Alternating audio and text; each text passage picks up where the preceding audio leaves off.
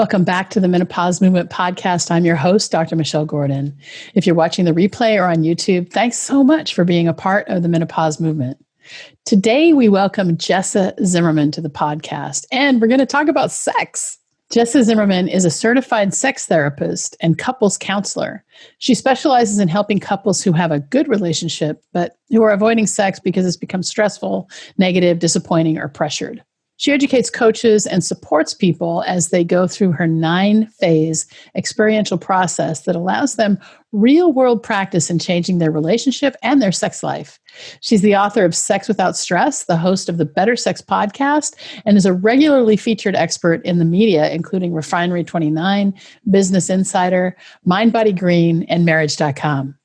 And during the podcast, we talk about Jenna's background and how she got into sex therapy, what's at the core of a couple's perceived sexual dysfunction, the beliefs around sex that are not true, the importance of understanding that nothing is broken. We talk about what is desire discrepancy and how to address it, the importance of knowing what is pleasurable for you, painful sex and how to manage it, recognizing your triggers in the bedroom, becoming aware and responsible for our own sexual pleasure, the meaning of expectations, and making sex easy in your relationship.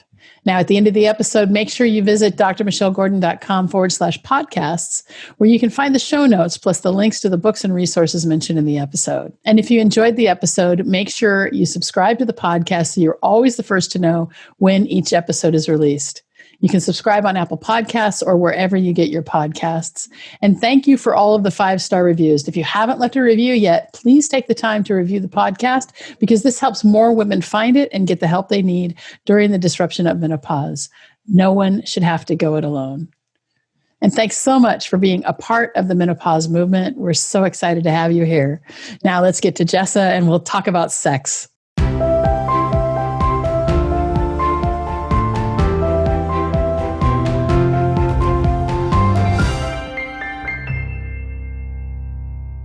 So, Jessa, yes. Welcome to the Menopause Movement Podcast. I'm so happy to have you here.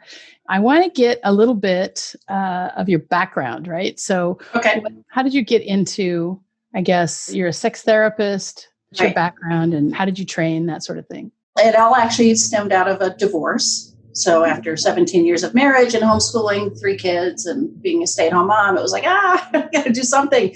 And so I went back to school and I got my master's to be a therapist, knowing I wanted to work with couples. And early on in that training, a sex therapist was teaching one of the classes, and she talked about her work is mostly grief and loss work.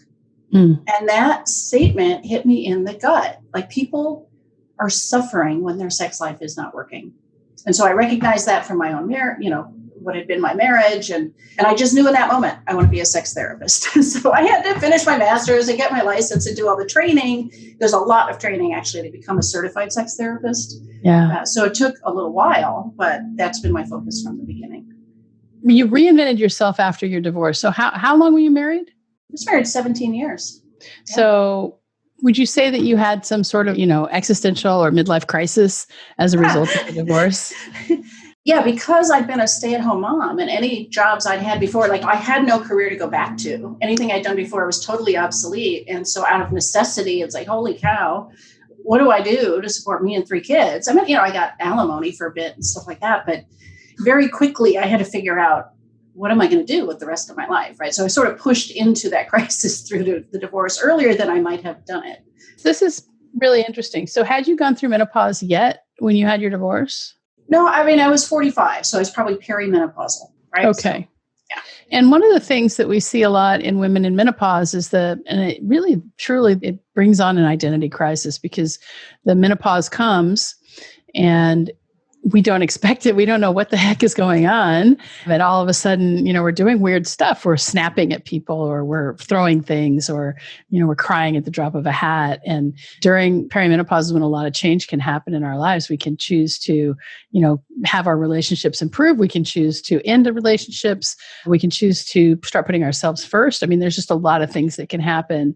And, in your case, you chose to end your relationship. Do you think that your perimenopause played any role in that? I mean, not in terms of mood or anything like that, but I do think it's a time of life where I think it is more about power or stepping into something new. So I do think there was a way I was unwilling to live like that anymore, you know? And I wouldn't necessarily have chosen the timing. I mean, my youngest was 4 or 5. So it was like, I had 3 kids. It was difficult, but I also couldn't keep going the way it was. Right. Okay. So it wasn't like you had an empty nest or anything like that. No. Okay. Because it is really common that, when our last kid leaves the house, that we can, start like, what's next? And who am I now? And things like that. Right. All right. You go to college. Did you already have a master and a bachelor's? Yeah, I already had my 4-year degree, although it was in hotel administration. So nothing related. That had been, back in the day. So I had to go back and get a master's degree. And where did you go for that? Just out of curiosity. Well, I went to this program that actually now no longer exists in Seattle, which is really sad, but it was called LEOS, and it had existed for 45 years. And it was very experiential about the person of the therapist. And it was an amazing program. So I'm very grateful to have had that training. Was it associated with any of the colleges there?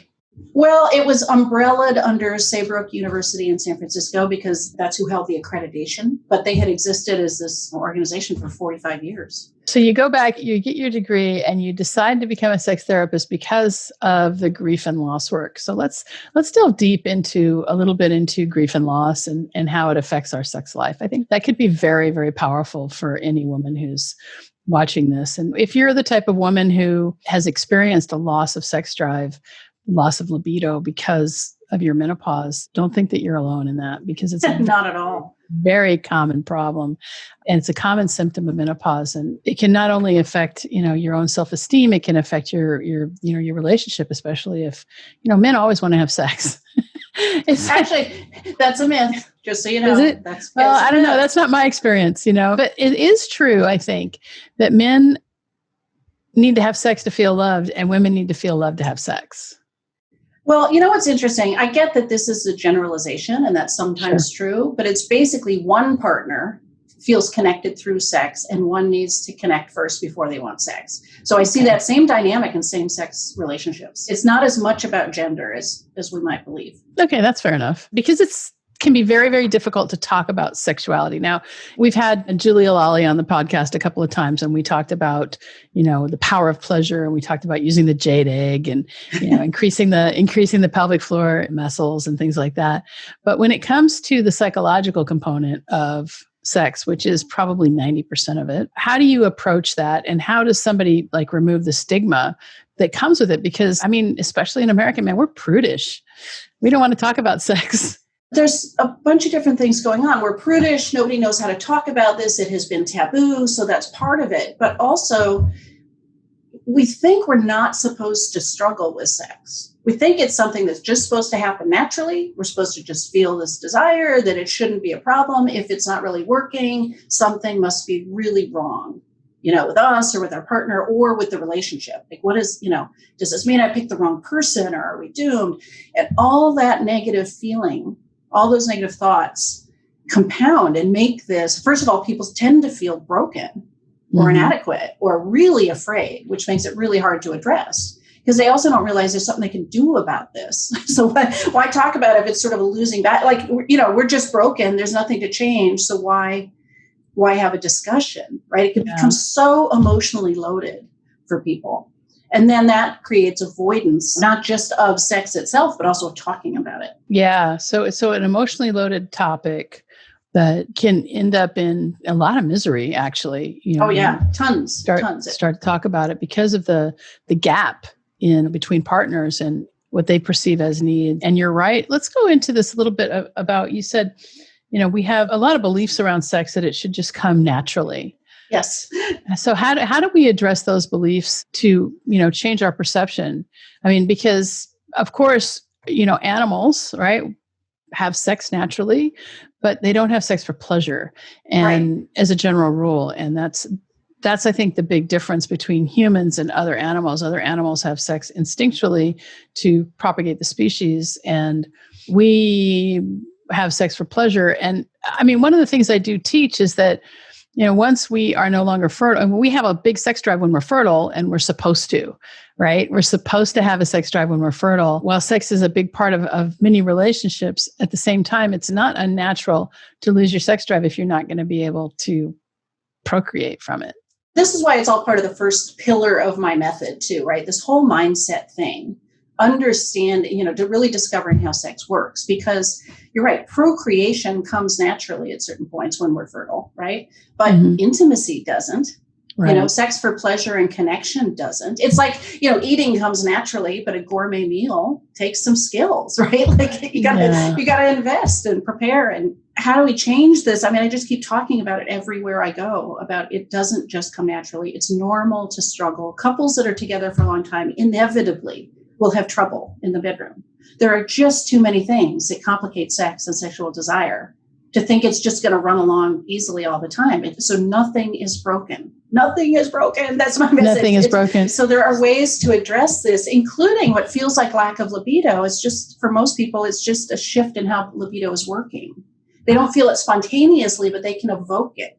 They have what I call reactive sex drive, which is, what if we get going, things are good. If I get the touch I need and the time I need, maybe my body starts to respond. Now I'd like sex. When I describe that, they say, that happens sometimes, but they don't recognize that's one way of having sex drive, and it's perfectly valid. How do you deal with people who, you think about life and living, right? And it's a series of traumas. Boy, are you a pessimist? No, I'm not really a pessimist, but I mean, if you think about growing up, we'll start with that, right? In our childhood, and we have to separate from our mother. We have to separate from our parents. Right. And through that, it's a series of traumas and then discovering ourselves. And in any relationship, there's bound to be hurt. One of the things I teach is that forgiveness is really key, especially in a long-term relationship, in order to continue to have intimacy. And so how do you address that side of things? I think of it a little bit differently. I think we go through cycles. We have what are sort of comfort cycles, where things are sort of clicking along and working, and we can kind of coast. And eventually we hit, some walls or some trauma or some events or some changes that require us to go into a growth cycle, where we have to take some stuff on and we have to, move to the next level. There's work there. It's not comfortable, but, then we move ourselves into yet another comfort cycle. It keeps moving like that. So I think forgiveness is important, but I also think we have to make some changes. We have to demonstrate some change over time. It's not just about, I forgive you, let's just move on, like that never happened or whatever, Yeah. We actually have to learn some new skills. We have to wrestle with some things. We have to take more individually accountability. We have to show up differently. And then we can move forward. And it's natural to have to hit those times in our life and in our relationship, individually and as a couple, where we have to do that work. That's really good. I like to think about growth as a, sense of being inside of a box and the growth that happens outside the box, and then the box expands. Right. That's perfect. Yes. That's exactly how I think about it. And so we keep growing and we keep expanding, and then our worldview shifts. And so what do you do for those people who just come to you with a really, really fixed mindset and just say it has to be this way or that way? And how do you help to shift them? Well, for the most part, people come to me because they are suffering, right? And for the most part, they really can see the connection between this mindset, between the way they have, they're so solidly thinking. It relates to why they're suffering. It really does. So I can make those connections. And so even though they may be resistant to expanding that mindset or accepting that maybe sex doesn't mean penis in vagina to orgasm or whatever, they've been very attached to something, I do paint this picture of the freedom and relief they could have if they loosen that up. And so I'm describing this vision I've got for how it really works and how I think they're going to feel the most ease, which they're longing for, right? They're really suffering. Yeah. So I think mostly that motivates people to get more flexible. It's pretty rare where somebody just, no, it's got to be this way. And then I guess I'm sort of talking to the partner because it's not working that way. So what are they going to do? Does it come down to sometimes commitment about the relationship and whether they really want to stay in it? Well, sure. Right. Because you can't take sex out of the context of the rest of the relationship. They're intertwined. So if relationship issues are big enough, if they're really wondering if they're happy together, if this is what they want to do, Well, sex may not even be the thing to talk about because yes, there has to be a certain amount of commitment or goodwill or investment in this to really take this on together. Yeah, that makes sense. So what would you say is the most common issue that you come up against that you just see over and over and over again in your practice with middle-aged women in menopause? Well, I mean, it's the same issue I see everywhere, no matter what age people are. And it's what we call desire discrepancy. One person wants more sex than the other. And the reason I see that all the time is because that's actually universal. In every relationship, one person wants more sex than the other, at least over time. So that's not a problem, but people struggle with that in really specific ways that create suffering. So that's present all the time. And then we add on things like sexual dysfunction that might be showing up. So pain with that, if we're talking about menopause, the hormonal changes, the lower libido, maybe more trouble becoming aroused or reaching orgasm, maybe some sexual pain, those things can be added onto it. For a woman who's having a lot of pain, due to vaginal dryness or maybe some vaginal atrophy, what do you recommend? Well, the first thing I recommend is they actually see a physician, right? Like, let's examine what are the treatment options for that would be appropriate for them that they want to entertain. And then just in general, there is moisturizing regularly. There is stretching, which is really important, whether that's fingers, penis, toy, whatever. Keep the vaginal tissue supple and moving. And then lubrication. Lubrication. Our ability to lubricate. Yeah, it does change with loss of estrogen, particularly. Right. I mean, there are some things you can get from your doctor, like a estrogen ring and things like that that'll help. There's estrogen lube. What do you find is you just tend to recommend over and over and over for lubrication? Yeah, I mean, it's not like I specifically recommend it very often, but I guess the one I've got on my bedside table is called Silk, which I really like. For the woman who's really struggling with arousal, what do you recommend there? So their body's not responding the way it used to. Well, one thing that we have to understand is that we need a certain amount of stimulation to get aroused, and we need a certain amount of stimulation to hit an orgasm. That stimulation is mental and physical. But here's the other thing, the amount we need to get aroused, the bar goes up as we get older. We actually need more than we used to. Okay. So for somebody struggling to get aroused, I'd basically be trying to explore what's the physical stimulation they've been getting and what might they need. And what's the mental stimulation they've been getting and how could they add to that? But we're also talking any sort of negative self-talk or relationship stuff, that's going to be negative mental stimulation. So we have to maybe address those kinds of obstacles or issues that are getting in their way as well. And then, it's possible that they're on some sort of medication that's affecting their ability to arouse. That we may or not want to change that, but that could be a factor too. Yeah. I mean, one thing that we do talk about a lot is the fact that, any selective serotonin reuptake inhibitor is going to really affect your ability to reach climax. I mean, that's right. That's just one of the side effects. It really can. Yeah. But people's mental health is important, right? So we can't just. No, I don't disagree with that. But also remember that SSRIs are also prescribed for hot flashes and other symptoms of menopause that may not have anything to do with depression. But we also know that you can't abruptly stop an SSRI because if you do that, there's a higher risk of adverse reactions and suicide. We're not advocating that. We're just talking about what can happen, not. Yeah, it's worth talking to your prescriber if you're having sexual side effects about what are the other options around meds or what's going on or how can we manage this. I had a conversation with a gynecologist about a year and a half ago, all about sexual health and women's health. And it's funny because it's all the same stuff. It's like, okay, use more lube. And I just think that in America, we tend to not want to talk about sexual dysfunction at all. I can't even tell you how many. I don't know what the stats are, but most doctors are not comfortable talking about sex. They don't actually know much about sex, even gynecologists and urologists, right? They're working with parts, but that is not their training. And so often, what I hear people say, well, have a glass of wine or just relax or go see a therapist is, they're not taking these complaints seriously, even sexual pain. They just think it's in the woman's head or something. Just remember that in the Western world, we teach doctors to treat the sick. And so doctors, they have this belief that not only is menopause a medical condition, which it isn't, but they have this belief that everything can be treated with some sort of pharmacology. And that belief may be starting to shift a little bit. And so we're starting to see more referrals to things like acupuncture or mindfulness training and that sort of thing. But even so, there are still so many people who do not even know how their body works. Do you do education there? Like discover your Yeah. body? Oh, yeah, absolutely. What is your anatomy? And yeah, I mean, I've got books with pictures or recommend books or, we talk about it. Sometimes I certainly get people in my practice, not usually menopause, who've never consummated the relationship and really have had no sex education at all.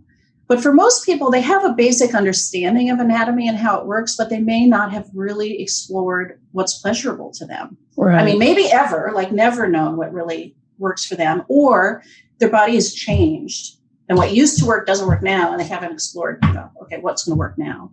So that self-exploration, that permission to let's find what's really pleasing to you, right? Yeah. No judgment. That's really important. One of my friends who's since passed away, so I feel like I can talk about this, but her first marriage, they never consummated their relationship because it was too painful for her. Oh, wow. And they ended up getting divorced after about 7 years or something. They were just never able to consummate. Normally, what's going on there, when people have pain, it's just so, so important to be persistent. The stats are something like people go through 6 or 7 doctors before they get an accurate diagnosis of what's happening.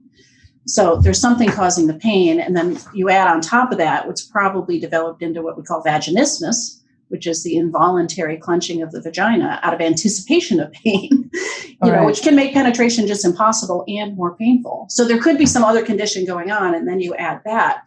And the sad thing is it's really treatable generally. How do you find that to be treatable? If there's an underlying pain condition, that's work you would do with a physician. And again, you may have to be persistent to get answers. As far as the vaginismus, what's really crucial is working with a pelvic floor specialized physical therapist. Okay. And they just do amazing work in helping people learn their bodies, how to actually relax. And there's a whole system to gradually accept penetration. It can take some time, but it's really treatable. Yeah, it takes time, I think, any of this. So we've got that. What about those women who, and they're, is it like 1 in 4, 1 in 3 now, who have had some sort of sexual trauma in their life? How do you manage that? Well, that's actually not work I do directly, like work with people with their trauma, but I absolutely recommend seeing a therapist who's got trauma training and work through that. I work with plenty of people who have had trauma in their past because, of course, it is so common. Yeah. And then I'm working with a couple about how is that showing up now? What is triggering? Can they settle that down? Can they be in control of their encounters enough that they can gradually learn to relax? Can we focus on what's actually pleasing? But if they haven't really done the trauma work, where they're still highly activated or really traumatized, that's where I think they need probably individual therapy to work through that. Yeah, sure. So you mentioned triggers. How do you help people to recognize their own triggers, to be that aware, that self-aware, to recognize their own triggers when it comes to sex? In general, I'm trying to get people to slow down anyway, right? So I use part of the method, the whole practice part of this is, we can talk all about these ideas and how things work, but you ultimately have to have experiences to change these things. So it's really, really crucial. And I'm trying to have people have sort of structured practice that slows it down, that puts one person, actually the receiver, in charge of what's happening to them. So they don't have to be guarded that something's going to happen they don't expect. We're gradually exploring pleasure. And by slowing it down, first of all, I think a lot of people actually know what triggers them, but if they don't, they'll find out because they're slowing down what's happening in the moment. Let's pay attention to that. Stop, because it's not sex. It's about these experiences where you're breaking down those kinds of barriers or understanding what those obstacles are, and then gradually building up pleasure and communication. I can see that. So what's your take on orgasmic meditation? I actually don't know that much about it. I haven't studied it or done any sort of training in it or anything like that. So my understanding of what it is that the partner is getting very slow, gentle stimulation of the clitoris, right? And paying attention, being mindful with all that. But it's very one-directed touch, right? Towards the person who's receiving that touch. Yeah. I mean, one of my friends was telling me about it, and I said, that's just weird. And I have no desire to even... Well, I guess it's because I don't have more of an understanding. Like if you're doing this in a room with a group, I could imagine that would be a barrier for a lot of people. But the idea of just receiving touch that's one way, that's not pressured, that nothing's supposed to happen, that you're just being mindful to that could seem really useful to me. But I would also add in some communication because in my mind, we're each responsible for our own pleasure. and we enlist our partner. We have to equip them with the information they need to be pleasing to us. So in my program, there's a lot of emphasis on communicating and directing and really taking ownership of your experience. And your partner is a willing participant, but isn't responsible to know what to do or to figure it out or to perform or any of that stuff that burdens people. So if you're taking ownership for your own experience, so that means that rather than try to send the, by ESP, like what you want. Right. Exactly. So like just move a quarter of an inch over. Yeah, absolutely. Part of this exercise I use in the practice part is, directing. The receiver's in charge and they have to be directing. It takes some real practice to get good at that. But if you have any thought in your mind about what would feel better, you should share that.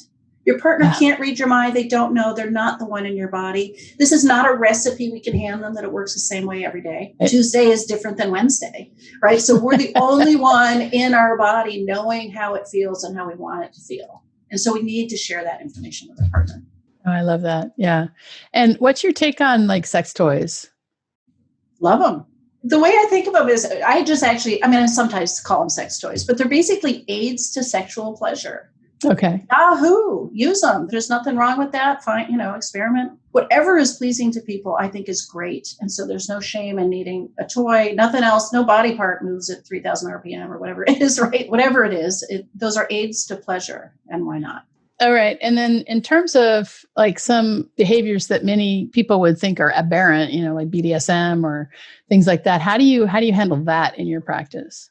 How do I handle that? For most people that are coming into therapy, that's not the problem, even if they are kinky, BDSM, whatever, right? Kinky. Open relationships, poly, whatever it is. That's often not the source of their concerns. It's not really the subject of therapy very often, unless I'm dealing with two people who sort of are an erotic, they're wondering if they're an erotic mismatch. One person is really kinky and the other isn't, or one's interested in something and the other isn't. And then it's trying to build understanding and empathy for each other and seeing where there's some sort of overlap.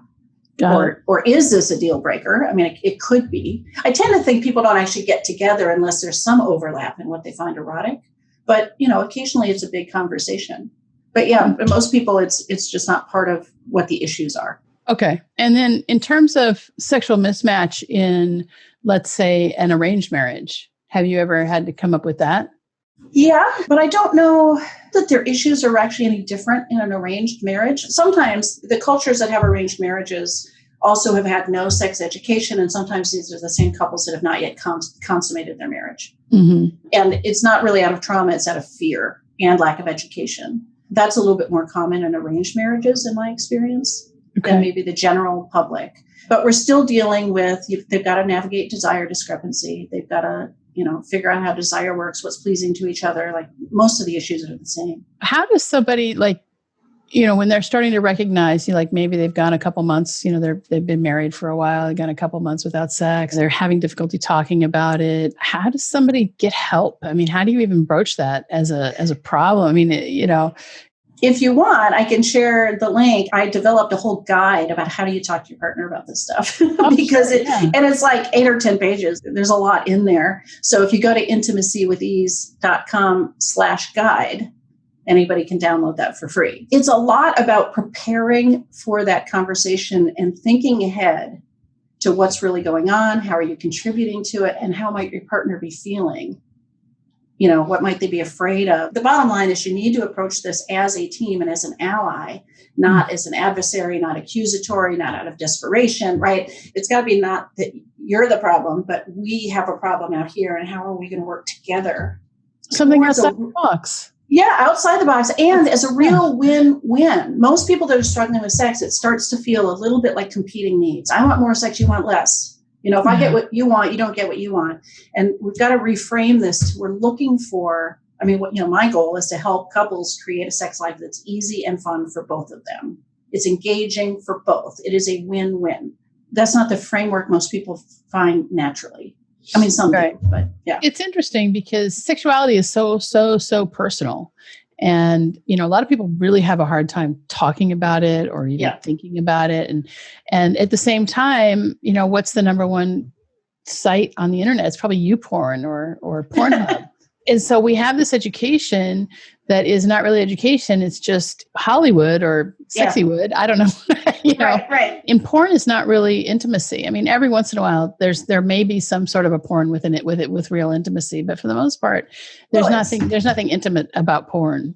Well, that's true, but it's also just it's fantasy. It's not real. There's camera angles, there's setup, there's effects, there's I suppose there's some amateur stuff up there that might be kind of real, but it's not sex, it's fantasy. So you got to really understand that porn is not a place to learn about how it really works. Yeah. And I don't think a lot of people know that. Even, mature people, the women who are, a part of this podcast probably have had children or, definitely by this time, hopefully sexually active, to think about porn as the litmus test for what, how things are supposed to be. Well, part of what sets off this whole avoidance cycle I was talking about earlier is, sex doesn't live up to our expectations, whatever those are. And if you're getting your expectations from porn, or if that's part of it, about how this is what you're supposed to want, how you're supposed to look, what you're supposed to do, how long you're supposed to last, any of it, those are unrealistic. And you're setting yourself up to feel like a failure, which is then going to drive this negativity that drives avoidance, that drives this whole burden of feeling like something's wrong. Right. Is it possible to actually detach from any sort of outcome when it comes to intimacy with ease? That's my entire goal, is to get away from any particular part of this whole mindset, is to realize that it's all sex. It does not need to be any particular body parts doing any particular thing with any particular outcome. And if you can get, what I talk about is sex is like going to the playground. It's the outing that counts. It doesn't matter what you do when you get there. You do what you feel like doing, as long as you feel like doing it. It's all a win. Nothing says you got to go down the slide. You just are playing, and you go home and you're done, and the whole thing's a win. You literally cannot fail at sex. And so this is what I'm constantly preaching is those goals and outcomes are such a burden and causing people to feel like they're failing and driving all this negativity and division and disconnection when it doesn't have to be that way. Yeah. So if there's no goal other than to pleasure and connection, pleasure That's and connection. all sex is about, pleasure and connection in any sort of variety. I love that. So here's the actual goals. The actual goals of sex. And, it's so funny because one of my mentors likes to say that expectation is the killer of all joy. Right. And, when you go into it, I mean, the other thing that I think happens when you've been in a relationship with someone for a long time, you can just kind of get into a rut and it can become kind of boring. And yeah. Yeah. That's like we were used to going to the playground. We climb the stairs, we got on the slide, we're done.